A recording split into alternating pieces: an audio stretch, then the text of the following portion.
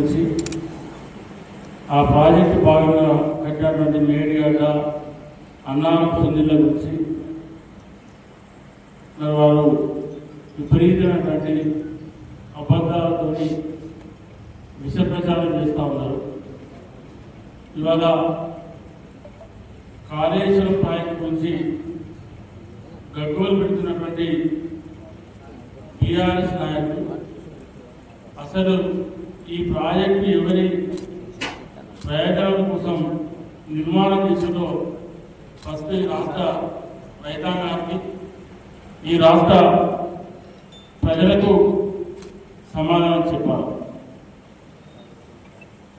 పంపులు అవసరం లేకుండానే తొమ్మిడిహట్టి నుండి ఆనాడు కాంగ్రెస్ ప్రభుత్వం ఇల్లంపల్లికి తీసుకొచ్చి ఇల్లంపల్లి నుండి లిఫ్ట్ ద్వారా నీళ్లు పంపాలనే ఆలోచనతో ఆనాడు డిపిఆర్ తయారు చేసి, ఆ డిపిఆర్ చేసింది కూడా ఇల్లంపల్లి ప్రాజెక్టు నిర్మాణం చేసింది కూడా మా తమ్మిడిహట్టి నుండి ఇల్లంపల్లి ప్రాజెక్టు నీళ్లు వచ్చి అక్కడి నుండి నీళ్లు తీసుకుపోవాలని చెప్పి ఆనాడు ప్లాన్ చేస్తే 24 గంటలు ఎప్పుడు అవసరం ఉంటే అప్పుడు నీళ్లు తీసుకొచ్చుకునే విధంగా ఆనాటి కాంగ్రెస్ ప్రభుత్వం దాన్ని రూపకల్పన చేసుకోవడం జరిగింది.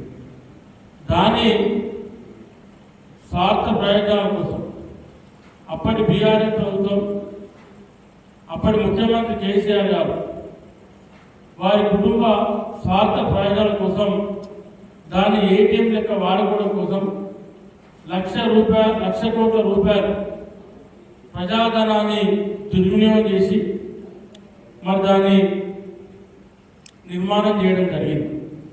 ప్రపంచంలో ఎక్కడ కూడా పోయే నీళ్లను, కిందికి వెళ్ళేటువంటి నీళ్లను ఆనకట్టలు, బ్యారేజీలు నిర్మాణం చేసి ఆ నీళ్లను ఎత్తిపోసేటువంటి సిస్టమ్ ఎక్కడ లేదు ప్రపంచంలో. అదేదో ఒక వింత అయినట్టు ఆ వింతను మేము చేసి చూపిస్తామన్నట్టు మరి అప్పుడు ముఖ్యమంత్రి కేసీఆర్ గారు ఇంజనీరింగ్ అవతారం ఎత్తి ఈ కార్యక్రమానికి పూనుకోవడం జరిగింది. మరి చాలామంది నిపుణులు సాధ్యాసాధ్యాలు పరిశీలించాలా, మరి అక్కడ సాధ్యం అవుతుందో కాదో అనేటువంటి ఆలోచనతో ఆనాడు వాళ్ళు ఇంజనీర్లు చెప్తే కూడా పెడచేరిన పెట్టి మరి 1,00,000 కోట్లతో ఈ ఎత్తిపోతల పథకానికి రూపకల్పన చేస్తే దాదాపు మరి 1,00,000 కోట్ల పైన ఖర్చు చేస్తే మరి ప్రాజెక్టుకు ఈ పరిస్థితి ఎందుకు వచ్చిందో బీఆర్ఎస్ నాయకులు చెప్పాలి రాష్ట్ర రైతాంగానికి.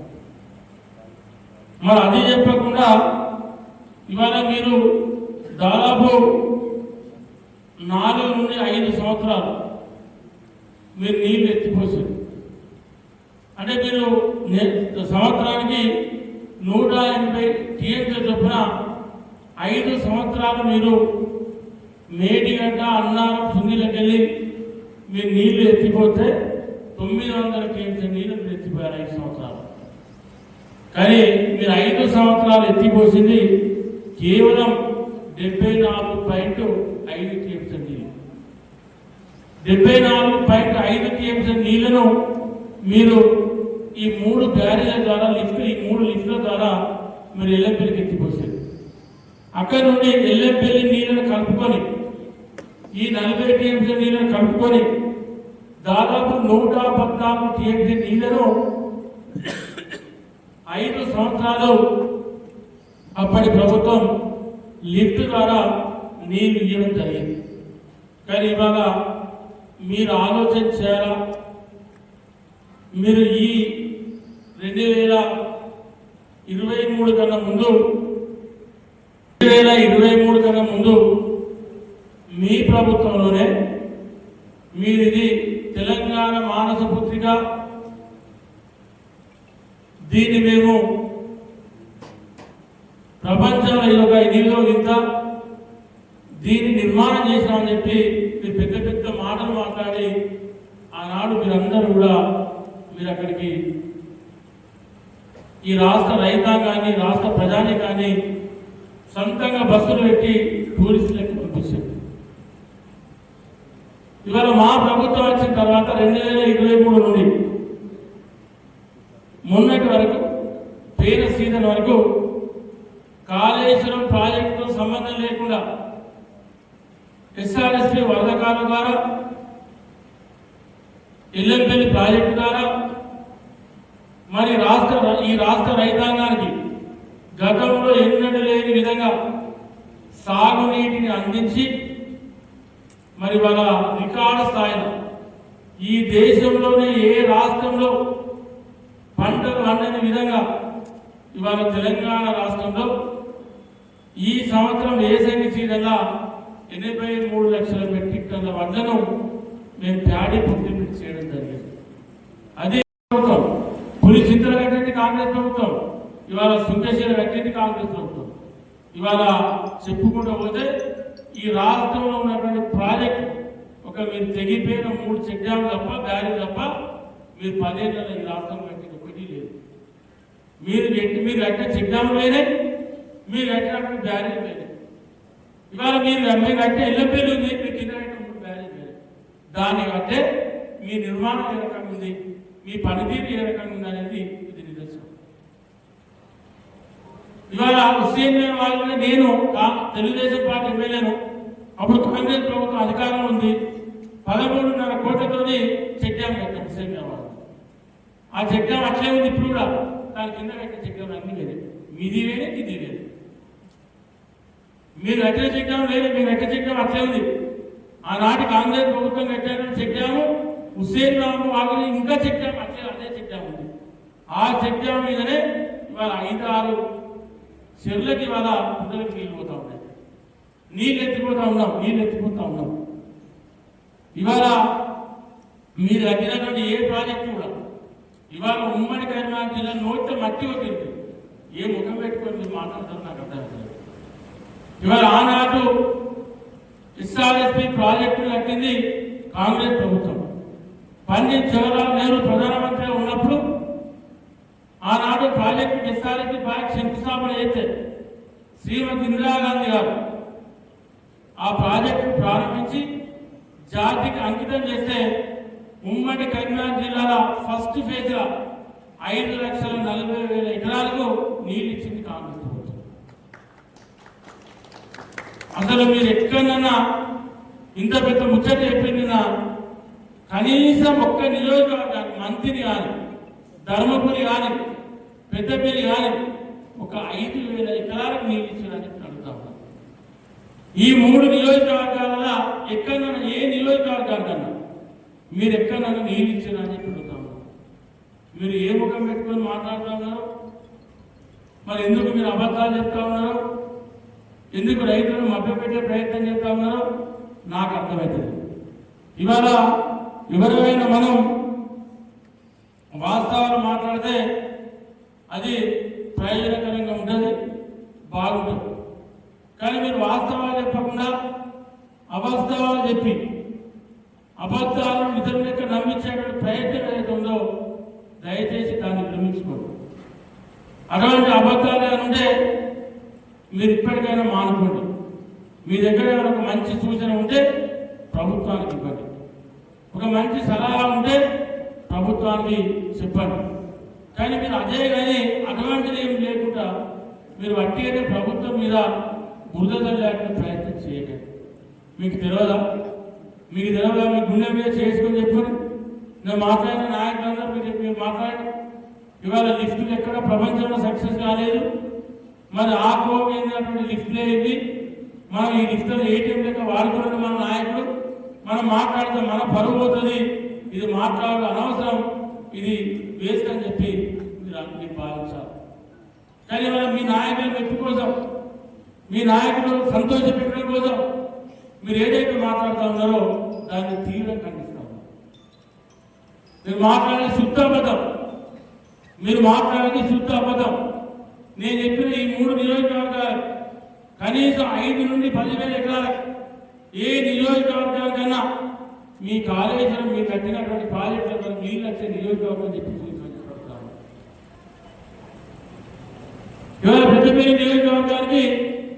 ఎస్ఆర్ఎస్పి D86 ద్వారా దాదాపు 1,25,000 ఎకరాల నీరు ఇచ్చేది ఎస్ఆర్ఎస్పి ప్రాజెక్టు ద్వారా.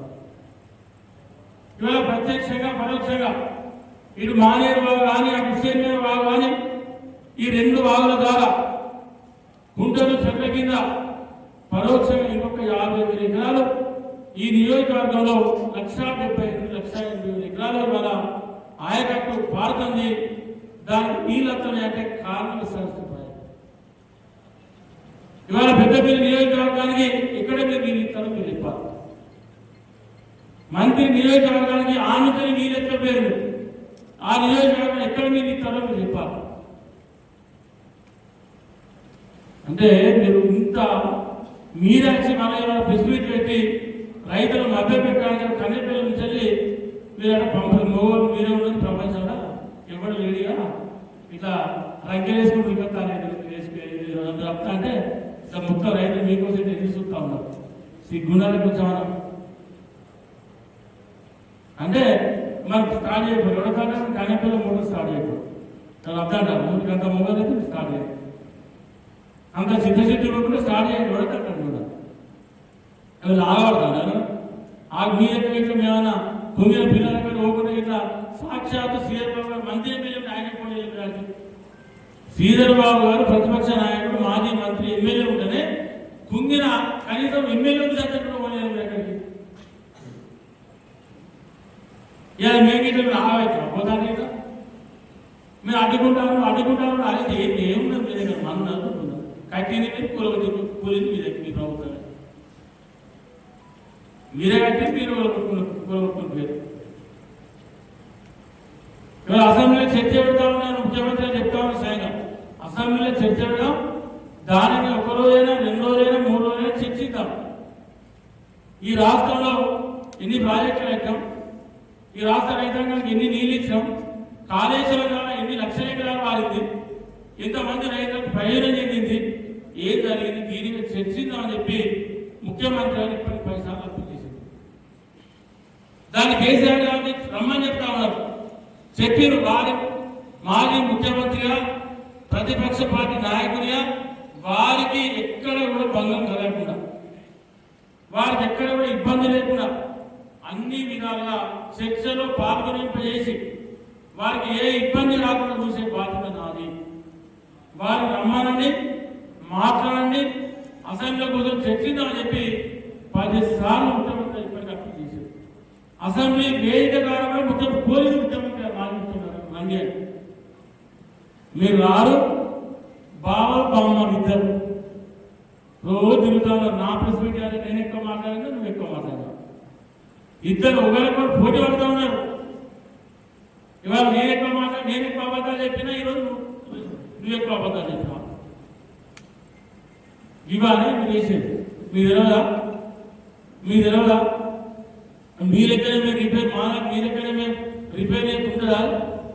మేము ఇవాళ నేషనల్ డ్యామ్ సేఫ్టీ అథారిటీ వల్ల సలహా తీసుకున్నాం. దేశంలో అత్యున్నతమైనటువంటి సంస్థ, భారత ప్రభుత్వ కంట్రోల్ చేసిన సంస్థ వాళ్ళ ఆలోచన మేరకు, వాళ్ళ సూచన మేరకు, వాళ్ళు ఇచ్చే సలహా మేరకు వాళ్ళు ఏం చేయాలంటే చేయడానికి ప్రభుత్వం సిద్ధంగా ఉంది. ఇలా ప్రపంచ వ్యాప్తంగా ఎన్నో వచ్చింది. ఇవాళ ఒక ఇక్కడనే ఎన్నో రాలేదు, ప్రపంచ వ్యాప్తంగా ఇవాళ ఎన్నో వచ్చింది. భారతదేశంలో అన్ని రాష్ట్రాల్లో ఎన్నో వచ్చింది. భారతదేశంలో అన్ని రాష్ట్రాల్లో ఎన్నో ప్రభావం ఉంది. ఇవాళ మనం ఏమంటున్నాం, రైతులకు ప్రత్యామ్నాయ మార్గాలు ప్రభుత్వం సూచన చేస్తూ ఉంది. ఇవాళ మనకు ఎన్నో రకాల పంటలు వేసుకోవడానికి అవకాశం ఉంది. దానికి మేము ప్రత్యామ్నాయ ఆలోచన చేసి రైతుని ఏ రకంగా లాభ పెట్టాలా, రైతు ఏ రకంగా ఏ పంట వేసుకుంటే రైతులు లాభసాటి అవుతున్నటువంటి ప్రయత్నంలో ముఖ్యమంత్రి గారి ప్రభుత్వం ఉంది. దాన్ని మీరు రైతులను వక్రీకరించి, రైతులు రెచ్చగొట్టి, రైతులు మభ్యపెట్టి మీరు ఏదైతే లాభం ఉండాలనుకుంటా ఉన్నారో రైతులు గమనిస్తూ ఉన్నారు. రైతులకే తెలియకుండా లేరు. ఈ నియోజకవర్గం మీరు అప్పుడు అధికారమని చెప్పారు. కాళేశ్వరం నీళ్ళు, తొలి నీళ్ళు పెద్దపల్లి నియోజకవర్గం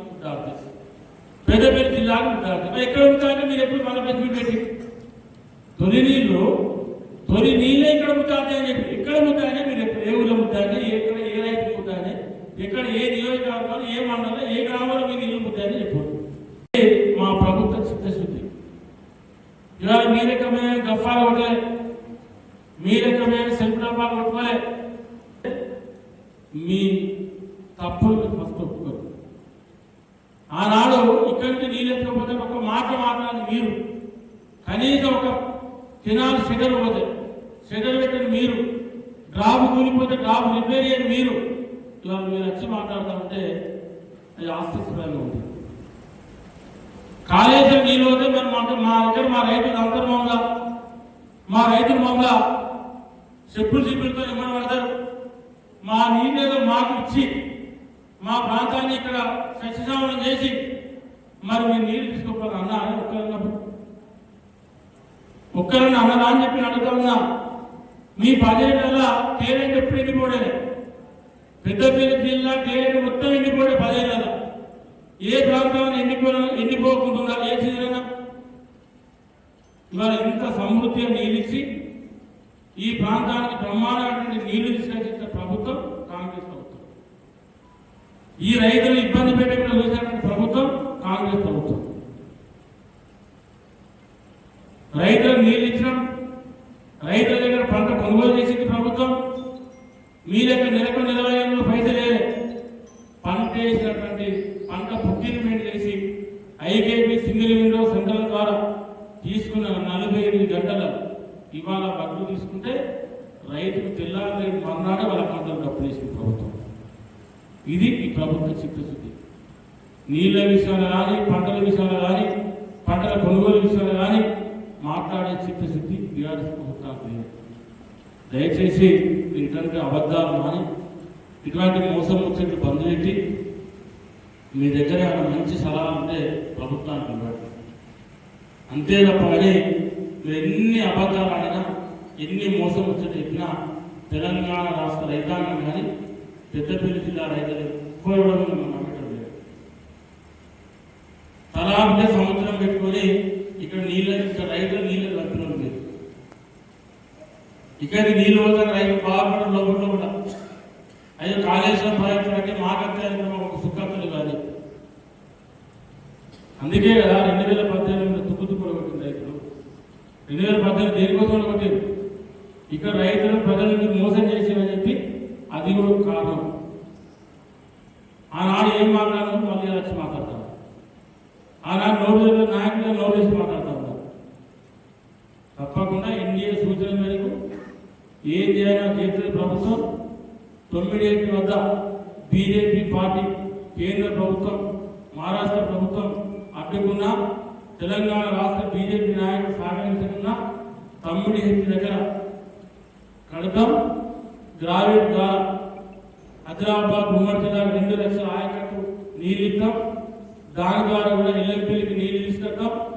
అక్కడి నుంచి కూడా దాన్ని కూడా ప్రత్యామ్నాయ మార్గంగా గత ప్రభుత్వం కాంగ్రెస్ ప్రభుత్వం ఏదైతే ఆలోచన చేసిందో ఆ ఆలోచన ముందుకు తీసుకుపోయే ప్రయత్నం చేద్దామని చెప్పి ఈ సందర్భంగా గుర్తు చేస్తూ మీ అందరి దగ్గర